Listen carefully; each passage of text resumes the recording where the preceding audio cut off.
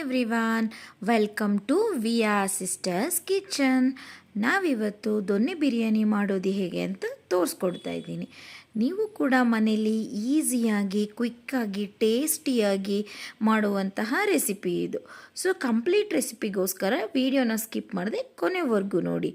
ನೀವಿನ್ನೂ ನಮ್ಮ ಚಾನಲ್ನ ಸಬ್ಸ್ಕ್ರೈಬ್ ಮಾಡಿಲ್ಲ ಅಂದರೆ ದಯವಿಟ್ಟು ಚಾನಲ್ನ ಸಬ್ಸ್ಕ್ರೈಬ್ ಮಾಡ್ಕೊಳ್ಳಿ. ನಾನಿಲ್ಲಿ ಮೊದಲನೇದಾಗಿ ಅರ್ಧ kg ಚಿಕನ್ ತೊಗೊಂಡಿದ್ದೀನಿ. ಹಾಗೆ ಮಸಾಲೆಗೆ 2 ಬೆಳ್ಳುಳ್ಳಿ ಬಿಡಿಸ್ಕೊಂಡು ಇಟ್ಕೊಂಡಿದ್ದೀನಿ, 3 ಈರುಳ್ಳಿ, 10-15 ಮೆಣಸಿನ್ಕಾಯಿನ ತೊಗೊಂಡಿದ್ದೀನಿ, ಸ್ವಲ್ಪ ಪುದೀನ ಸೊಪ್ಪು, ಸ್ವಲ್ಪ ಕೊತ್ತಂಬರಿ ಸೊಪ್ಪು, ಹಾಗೆ 1 ಇಂಚಷ್ಟು ಶುಂಠಿನ ನಾನಿಲ್ಲಿ ತೊಗೊಂಡಿದ್ದೀನಿ. ಹಾಗೆ ಸ್ಪೈಸಸ್ ನಾನೇನೇನು ತೊಗೊಂಡಿದ್ದೀನಿ ಅಂತ ಅಂದರೆ ಪಲಾವ್ ಎಲೆ ತೊಗೊಂಡಿದ್ದೀನಿ, ಅನಾನಸ್ ಹೂವು, ಚಕ್ಕೆ, ಲವಂಗ, ಮೆಣಸು, ಏಲಕ್ಕಿ, ಹಾಗೆ ಕಸ್ತೂರಿ ಮೇಥಿ. ಹಾಗೆ ನಾನು ಇನ್ನೊಂದು ಪ್ಲೇಟಲ್ಲಿ ಸ್ವಲ್ಪ ಪುದೀನ ಸೊಪ್ಪು, ಸ್ವಲ್ಪ ಕೊತ್ತಂಬರಿ ಸೊಪ್ಪು, ಅರ್ಧ ಈರುಳ್ಳಿ, ಹಾಗೆ 2-3 ಮೆಣಸಿನ್ಕಾಯಿನ ಸಪ್ರೇಟಾಗಿ ಒಗ್ಗರಣೆಗೆ ಅಂತ ಹಚ್ಚಿ ಎತ್ತಿಟ್ಕೊಂಡಿದ್ದೀನಿ. ಇಲ್ಲಿ ನಮಗೆ 1.5 ಸ್ಪೂನಷ್ಟು ಬಿರಿಯಾನಿ ಪೌಡರ್ ಬೇಕಾಗುತ್ತೆ, ಹಾಗೆ 3-4 ಸ್ಪೂನಷ್ಟು ಧನಿಯಾ ಪೌಡರ್ ಬೇಕಾಗುತ್ತೆ. ಇದನ್ನು ನಾನು ಮನೆಯಲ್ಲೇ ಮಾಡ್ಕೊಂಡಿರೋವಂಥದ್ದು.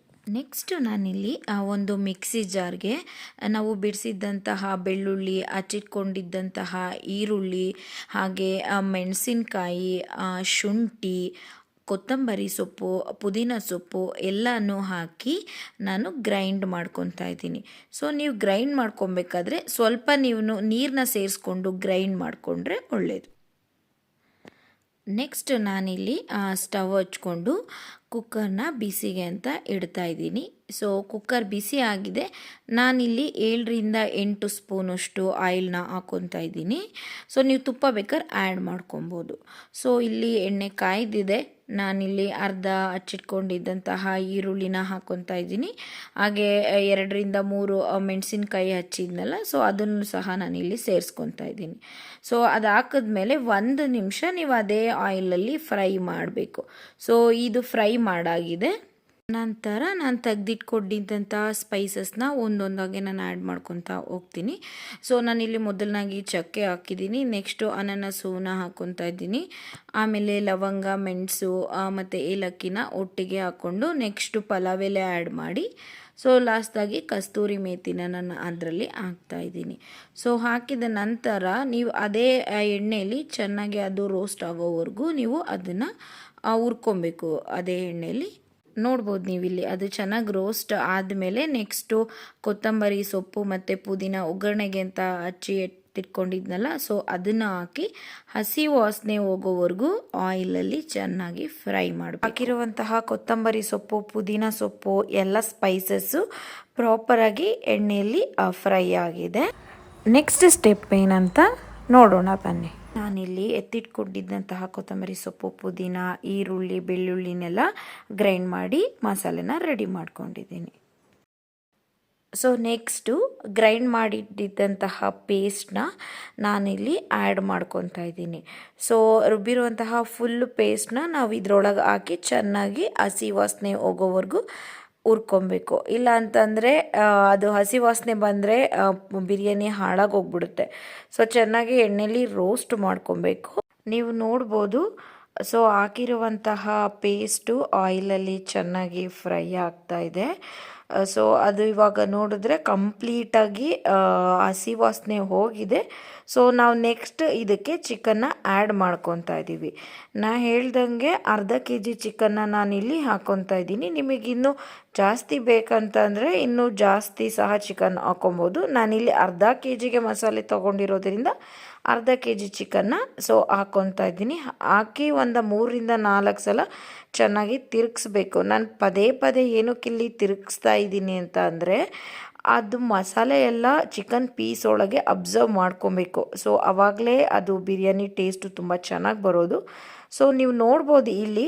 ಸೊ ಈಗ ಬೇಯ್ತಾ ಇದೆ, ಆ ಮಸಾಲೆ ಒಳಗೆ ಚಿಕನ್ ಬೇಯ್ತಾ ಇದೆ. ಆ ಟೈಮಲ್ಲಿ 1 ಸ್ಪೂನ್ ಅರಿಶಿನ ಹಾಕಿ ಒಂದು ಸಲ ತಿರುಗಿಸ್ಬಿಟ್ಟು ನೀವು ಅದನ್ನು ಬೇಯೋಕ್ಕೆ ಇಡುವಂಥದ್ದು. ನೋಡ್ಬೋದು ನೋಡ್ಬೋದು ನೀವಿಲ್ಲಿ ಚಿಕನ್ನು ಚೆನ್ನಾಗಿ ಬೇಯ್ತಾ ಇದೆ. ನಾನೊಂದು 2-3 ಸಲ ತಿರ್ಗಿಸ್ಕೊತಾ ಇದ್ದೀನಿ, ಯಾಕಂದರೆ ಪದೇ ಪದೇ ಅದು ತಳ ಹಿಡಿಬಾರ್ದು. ಸೊ ಈಗ ನಾನು ನೆಕ್ಸ್ಟು ಎತ್ತಿಟ್ಕೊಂಡಿದ್ದಂತಹ ಧನಿಯಾ ಪೌಡರ್ ಮತ್ತು ಬಿರಿಯಾನಿ ಪೌಡ್ರನ್ನ ನಾನಿಲ್ಲಿ ಸೇರಿಸ್ಕೊತಾ ಇದ್ದೀನಿ. ನಾನು ಇದು ಮನೆಯಲ್ಲೇ ಮಾಡಿರುವಂಥದ್ದು. ಸೊ ಪೌಡರ್ ಹೆಂಗೆ ಪ್ರಿಪೇರ್ ಮಾಡೋದು ಅಂತ ರೆಸಿಪಿ ಬೇಕಂದರೆ ಕಮೆಂಟಲ್ಲಿ ಹಾಕಿ, ಸೊ ನಾನು ಅದನ್ನು ಸಹ ತೋರಿಸ್ಕೊಡ್ತೀನಿ. ಸೊ ನಾನು ನೆಕ್ಸ್ಟು ಇಲ್ಲಿ ಚಿಕನ್ನು ಒಂದು 20-30% ಬೆಂದು ಆದಮೇಲೆ ನಾನು 1 ಗ್ಲಾಸು ಅಕ್ಕಿನ ನಾನಿಲ್ಲಿ ತೊಗೊತಾ ಇದ್ದೀನಿ. ಅಕ್ಕಿನ ಚೆನ್ನಾಗಿ ತೊಳೆದು ನಾನು ಅದನ್ನು ಈಗ ಆ ಮಸಾಲೆ ಮತ್ತು ಚಿಕನ್ ಇರುವಂತಹ ಕುಕ್ಕರ್ಗೆ ಸೇರಿಸ್ಕೊಂಡು 2-3 ಸಲ ನಾನು ಇದನ್ನು ತಿರುಗಿಸ್ತಾ ಇದ್ದೀನಿ. ಸೊ ನಾನಿಲ್ಲಿ ಈ ಗ್ಲಾಸಲ್ಲಿ 1 ಗ್ಲಾಸ್ ಅಕ್ಕಿ ತೊಗೊಂಡಿದ್ದೆ. ಸೊ 2.5 ಗ್ಲಾಸಷ್ಟು ನೀರನ್ನ ನಾನಿಲ್ಲಿ ಸೇರಿಸ್ಕೊತಾ ಇದ್ದೀನಿ. ನಿಮಗೆ ಸ್ವಲ್ಪ ಅನ್ನ ಮೆತ್ತಗಾಗಬೇಕಂತಂದರೆ 3 ಗ್ಲಾಸ್ ಸೇರಿಸ್ಕೊಳ್ಳಿ. ನಾನಿಲ್ಲಿ 2.5 ಗ್ಲಾಸಷ್ಟು ನೀರನ್ನ ಅದಕ್ಕೆ ಸೇರಿಸ್ಕೊಂಡು ಬಿಡ್ತಾ ಇದ್ದೀನಿ.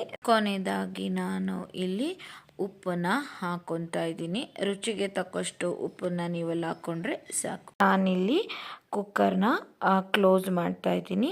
ಕುಕ್ಕರ್ ಕ್ಲೋಸ್ ಮಾಡಿ ವಿಷಲ್ನ ಹಾಕಿ ನಾನಿಲ್ಲಿ 2 ವಿಷಲ್ ಆಗೋವರೆಗೂ ಬಿಡ್ತೀನಿ. ನಿಮಗೆ ಬೇಕಂದರೆ 3 ವಿಷಲ್ ಹಾಕ್ಸ್ಕೊಳ್ಳಿ, ಬಟ್ ಅನ್ನ ಸ್ವಲ್ಪ ಮೆತ್ತಗಾಗುತ್ತೆ.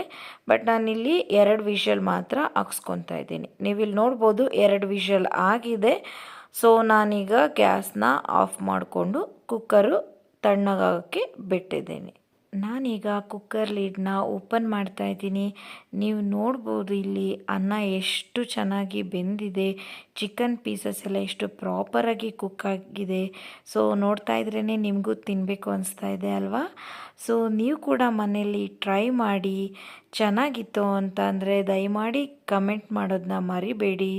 ಮನೇಲಿ ಗೆಸ್ಟ್ ಬಂದರೆ ಸಹ ನೀವು ಇದನ್ನು ಕುಕ್ ಮಾಡಿ ಕೊಡ್ಬೋದು. ಸೊ ಈ ರೆಸಿಪಿ ಇಷ್ಟ ಆಗಿದರೆ ನಮ್ಮ ಚಾನಲ್ನ ಸಬ್ಸ್ಕ್ರೈಬ್ ಮಾಡಿ, ಶೇರ್ ಮಾಡಿ, ಕಮೆಂಟ್ ಮಾಡಿ. ನೀವು ಮನೆಯಲ್ಲಿ ಒಂದು ಸಲ ಟ್ರೈ ಮಾಡಿ. ಸೊ ನೀವಿಲ್ಲಿ ನೋಡ್ಬೋದು ನಾನು ಮಾಡಿರುವಂತಹ ದೊನ್ನೆ ಬಿರಿಯಾನಿ ಈಗ ಸರ್ವಿಂಗಿಗೆ ರೆಡಿಯಾಗಿದೆ. ನೀವು ಬೇಗ ಬೇಗ ಮನೆಯಲ್ಲಿ ಟ್ರೈ ಮಾಡಿ. Thanks for watching.